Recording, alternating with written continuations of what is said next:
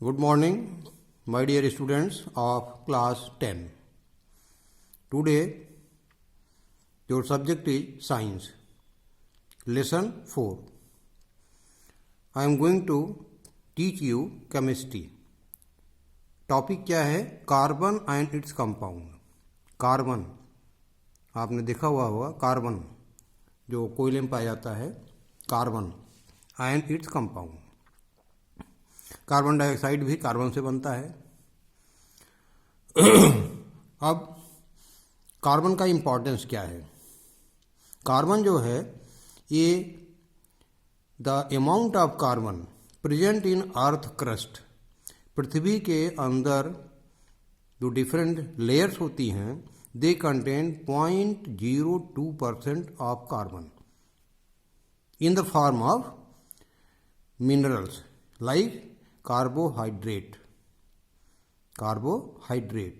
Hydrogen carbonate, coal, कोयला जिसको कहते हैं, पेट्रोलियम जिससे आपका डीजल, केरोसिन ऑयल, पेट्रोल बनता है.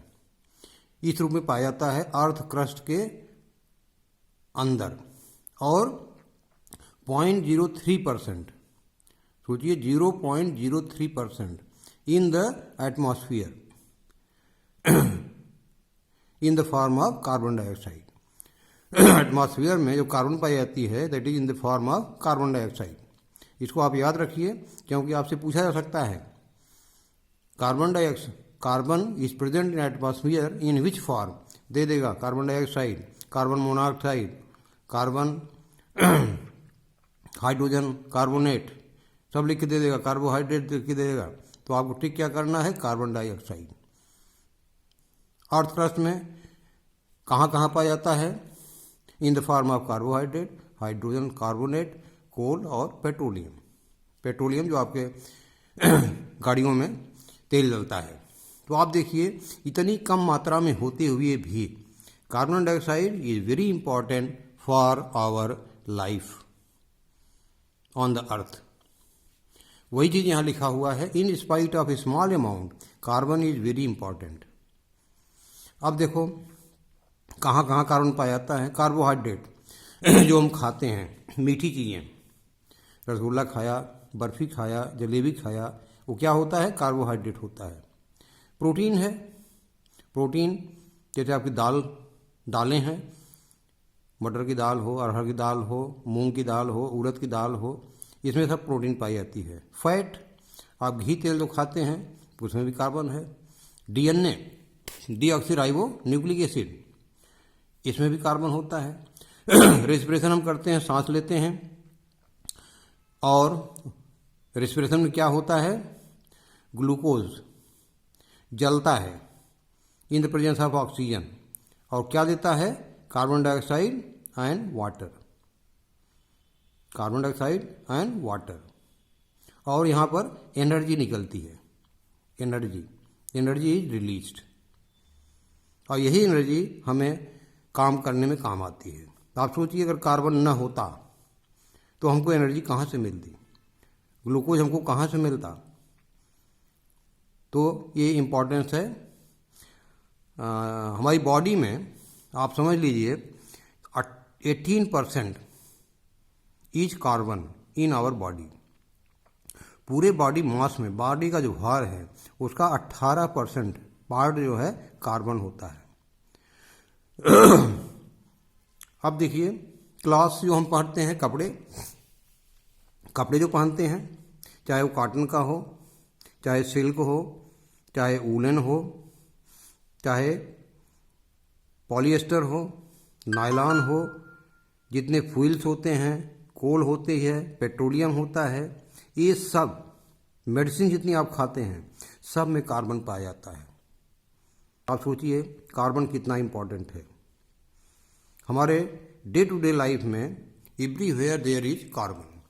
तो in spite of such small amount 0.02% in the earth crust और 0.03% इन द एटमॉस्फेयर, ये जो कार्बन होता है ये बहुत ही इम्पॉर्टेंट होता है हमारे लाइफ के लिए. Without carbon we can not live. आप देखिए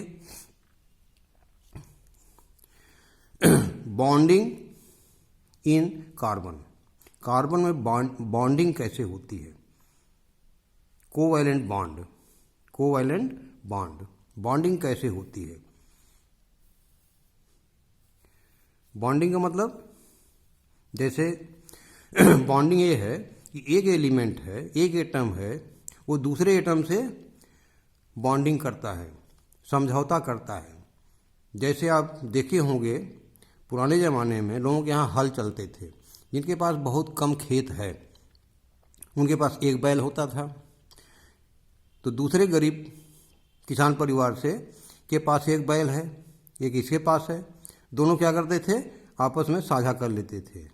तो पहले वाले के पास भी दो हो गए और उस वाले के पास दो हो गए। तो इसी को हम कहते हैं बॉन्डिंग। जितने भी एलिमेंट्स हैं, these elements they require bonding.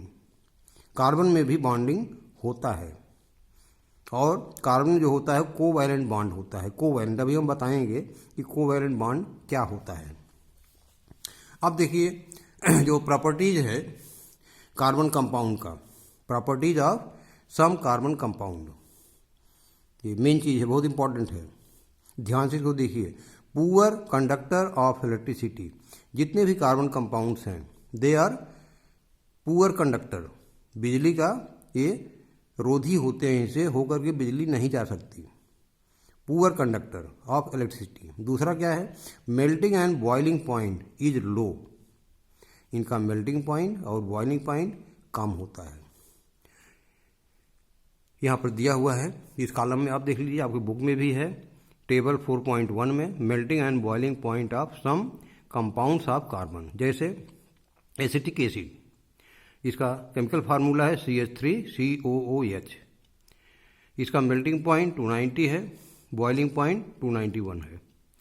Chloroform है, क्लोरोफार्म क्या होता है, जिसको सुहाने से आदमी बेहोश हो जाता है, कोई भी जीव बेहोश हो जाता है, उसको क्लोरोफार्म कहते हैं। इसका फार्मूला है CHCl3, इसका मेल्टिंग पॉइंट 209 और बॉइलिंग पॉइंट 334 है। इथेनॉल, इसका केमिकल फार्मूला है CH3CH2OH, मेल्टिंग पॉइंट इज 156 और बॉइलिंग पॉइंट 351। मीथेन, इसका फार्मूला CH4, इसका मेल्टिंग पॉइंट 90 और बॉइलिंग पॉइंट 111 है। अब प्रॉपर्टी यहाँ हम बता रहे थे, melting and boiling point is low, force of attraction between molecules are not very strong.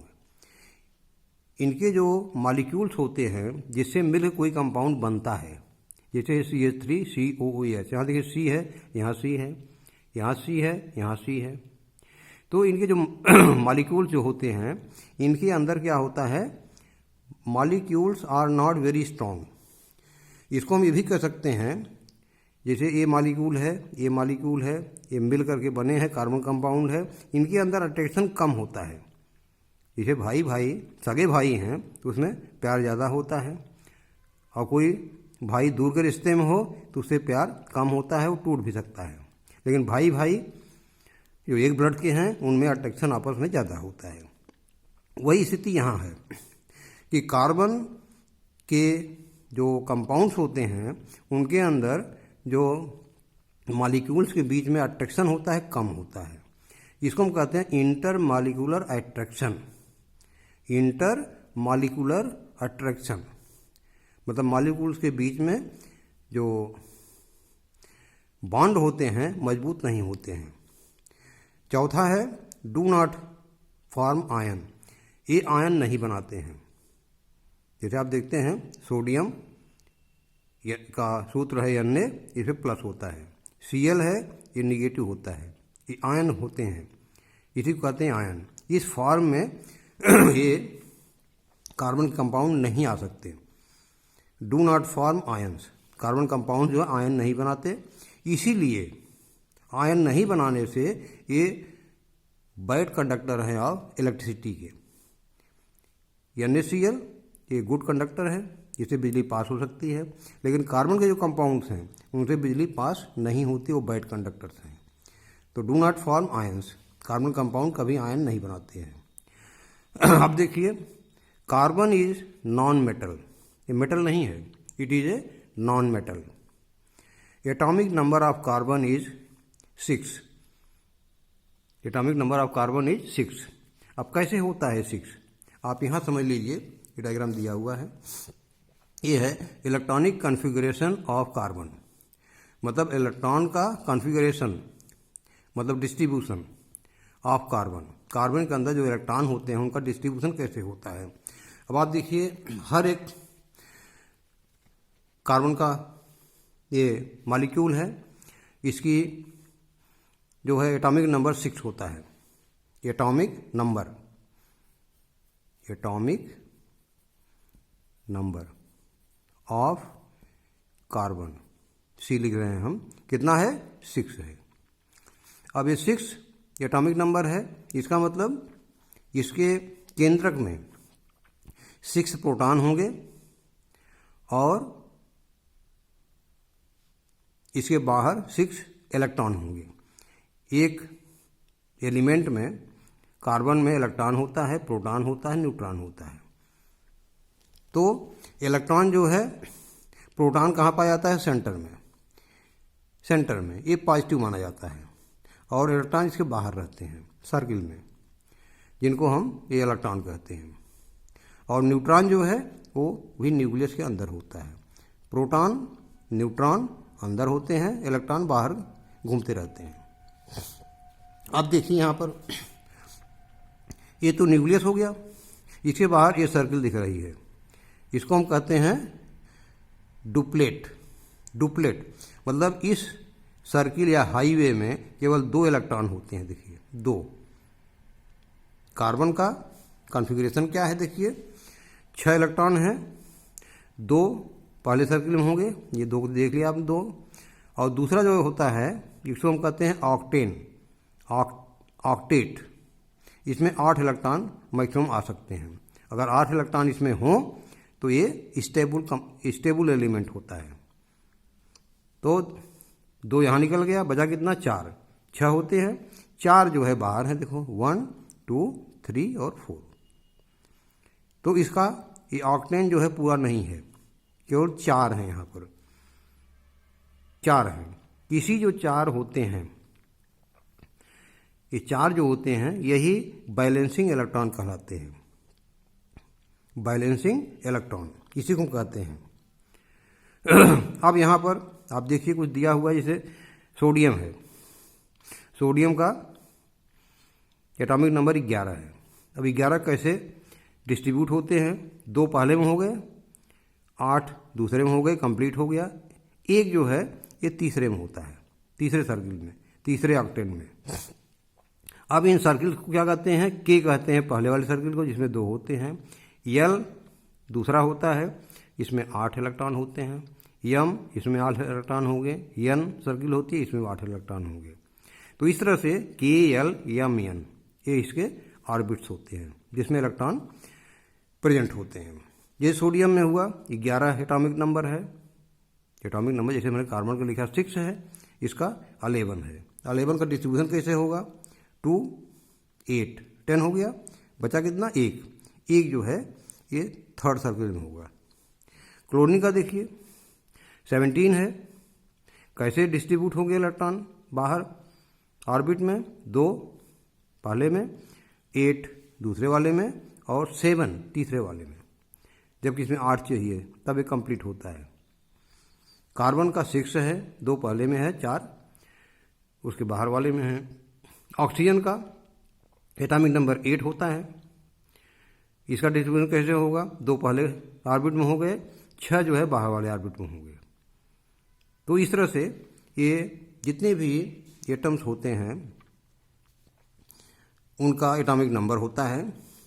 आपने पढ़ा होगा या अभी नहीं पढ़ा होगा, पीरियाडिक टेबल जितने भी एलिमेंट हैं उसमें अरेंज किए गए हैं। अभी मैं आपको नहीं दिखा पा रहा हूँ। पीरियाडिक टेबल देखिए, ये आपका पीरियाडिक टेबल है। It is present in your book on the page number 86 page number पर है पीरियाडिक टेबल। पीरियोडिक टेबल क्या होता है, जितने भी एलिमेंट्स अब तक खोजे गए हैं सब लिखे हुए होते हैं, अरेंज किए होते हैं एज पर एटॉमिक नंबर। जैसे हाइड्रोजन है, इसका एटॉमिक नंबर 1 होता है। फिर देखो 2 हीलियम है, इसका एटॉमिक नंबर 2 होता है। इसमें 1 है, एक ही एटॉमिक नंबर है, तो ये क्या है, कंप्लीट नहीं है, इसका पहला ही सर्कल कंप्लीट नहीं है, इसे हमने अभी बताया। फिर देखो लिथियम है, बेरियम है, ये देखो बोरान है, कार्बन है 6 है, नाइट्रोजन का 7 है एटॉमिक नंबर, ऑक्सीजन का 8 है, ये देखो फ्लोरीन है, इसका 9 है, नियॉन है। ये सब, ये जो लाइन है, इस लाइन में ये टेबल जो है इसकी 18 होती है, इसमें जितनी है 1 2 3 4 5 6 7, 1 2 3 4 5 6 7, ये 7 जो हैं they are called as noble gas. Noble gas क्यों कहते हैं नोबल गैस? क्योंकि इसके जो ऑर्बिट्स होते हैं वो कंप्लीट होते हैं, वो खुश रहते हैं ये सब। इसमें देखो 2 है, पहले में 2 हो जाएगा, इसका 10 है एटॉमिक नंबर, 2 पहले में 8 दूसरे में, इसका 18 है, 2 इलेक्ट्रॉन पहले में, 8 दूसरे में, 10 हो गए, और तीसरे में भी 8 हो गए, 18 हो गए। न किसी को देना है न किसी से लेना है, ये अपने में खुश है। इसका देखो 36 है, ये सब का जो है न किसी से कोई इलेक्ट्रॉन लेना है न देना है, इसलिए इनको हम दे आर हैप्पी। और इसके अलावा ये जो एलिमेंट्स हैं दे आर नॉट हैप्पी, क्योंकि इनके पास इलेक्ट्रॉन अंतिम ऑर्बिट में कम है, और वो चाहते हैं कि हमारा जो बाहरी ऑर्बिट है वो कंप्लीट हो जाए, लाइक नोबल गैसेस। तो इसीलिए इनमें शेयरिंग होती है, उसी को हम कहते हैं बॉन्डिंग। अभी आपको आगे हम पढ़ाएंगे। ये पीरियोडिक टेबल आप देख लीजिएगा और कुछ एलिमेंट्स के नाम याद कर लीजिए। Hydrogen, helium, lithium, barium, boron, carbon, nitrogen, oxygen, fluorine, neon, ये सब याद कर लीजिए कुछ यहाँ तक करीब। अब यही इसके सिंबल्स हैं यहाँ। जैसे यहाँ आयरन है, आयरन का सिंबल क्या है? Fe। आयरन का 26 है। अब 26 है आयरन का। और आयरन को अगर हम इसका इलेक्ट्रॉनिक कन्फिगरेशन देखें, 2 पहले ऑर्बिट में हो गए, 8 दूसरे में, 8 तीसरे में, 8 तीसरे में, कितने हो गए? 24, 26, 27। मतलब इसमें जो है लास्ट वाले में कितना पड़ेगा? ये 8, 2, 10, 8, 18। 18 के बाद 26 है ये। 18 के बाद कितने बचे? 26 है, 8 बचे। Fe 8 बचे। 8, 8, 16, 8, 24, 25, 26। मतलब ये इलेक्ट्रॉन जो है अपने में बिल्कुल खुश है, इसके सारे ऑर्बिट भरे हुए हैं, सारी जेब इसकी भरी हुई है, अंतिम जेब जो है वो भी भरी है, न किसी से उधार लेना है न किसी को देना है। तो यही हर एलिमेंट में होता है। इसे यहाँ 25 है, मैग्नीज का 25 है। अब 25 का कन्फिगरेशन कैसे होगा? 25 का देखो 2 हो गए पहले में, 8 दूसरे में, 8 तीसरे में, 8, 8, 16, 17, 18। अब कितने बचे? 7 बचे। 7 लास्ट वाले में बचे। मतलब अगर 8 होता तो खुश हो जाता, लेकिन अब 7 है। अब क्या करे बेचारा? या तो 7 छोड़ दे, निकाल दे यहाँ से, या तो एक कहीं से बाहर ले ले, इसी संग ये भी 8 हो जाए। तो इसी को हम कहते हैं बैलेंसिंग ऑर्बिट या बैलेंसिंग इलेक्ट्रॉन। छोड़ेगा, 7 को अगर दे देता है किसी को तो ये पॉजिटिव हो जाएगा, जिसका ये आयनिक फॉर्म हो जाएगा। जो लेगा एक ठो वो क्या हो जाएगा? निगेटिव चार्ज हो जाएगा। तो ये होता है इसमें। तो पीरियोडिक टेबल थोड़ा सा आप देख लीजिएगा। अब यहाँ पर देखिए, आपने देखा पीरियोडिक टेबल, सोडियम है 11 है, लास्ट में 1 है। अब लास्ट ऑर्बिट में 1 इलेक्ट्रॉन है, अंतिम वाले में 1 इलेक्ट्रॉन है। 2 पहले में हो गए, 8 दूसरे में हो गए, तीसरे में 1 है। अब सोडियम के लिए 1 त्यागना आसान है, 7 उधार लेना 8 पूरा करने के लिए 7 लेगा, ये 7 लेगा तभी तो ये पूरा होगा। तो 7 लेना मुश्किल है, 1 छोड़ना आसान है। सोडियम 1 छोड़ देता है और एक पॉजिटिव चार्ज हो जाता है, यानी प्लस। क्लोरीन का देखो 17 है, इसका इलेक्ट्रॉनिक कॉन्फ़िगरेशन क्या होगा, 2 पहले ऑर्बिट में, 8 दूसरे में और 7 तीसरे में। अब 7 छोड़ना ये मुश्किल होता है। अगर एक इसको मिल जाए तो ऑक्टेन हो जाए, 8 हो जाए, एक खुश हो जाए। तो सोडियम से अगर एक ले लिया तो क्या हो जाएगा, क्लोरीन आयन बन जाएगा। निगेटिव चार्ज ले रहा है तो निगेटिव हो गया, ये दे रहा है पॉजिटिव हो गया। जैसे NaCl आपका नमक है, NaCl दोनों मिल जाते हैं और ये NaCl जो है, क्योंकि ये आयन में भी बदले जा सकते हैं, ये पॉजिटिव चार्ज है, नेगेटिव चार्ज है, तो NaCl में करंट पास हो सकती है। लेकिन कार्बन कंपाउंड कोई होगा उसमें करंट पास नहीं होती है।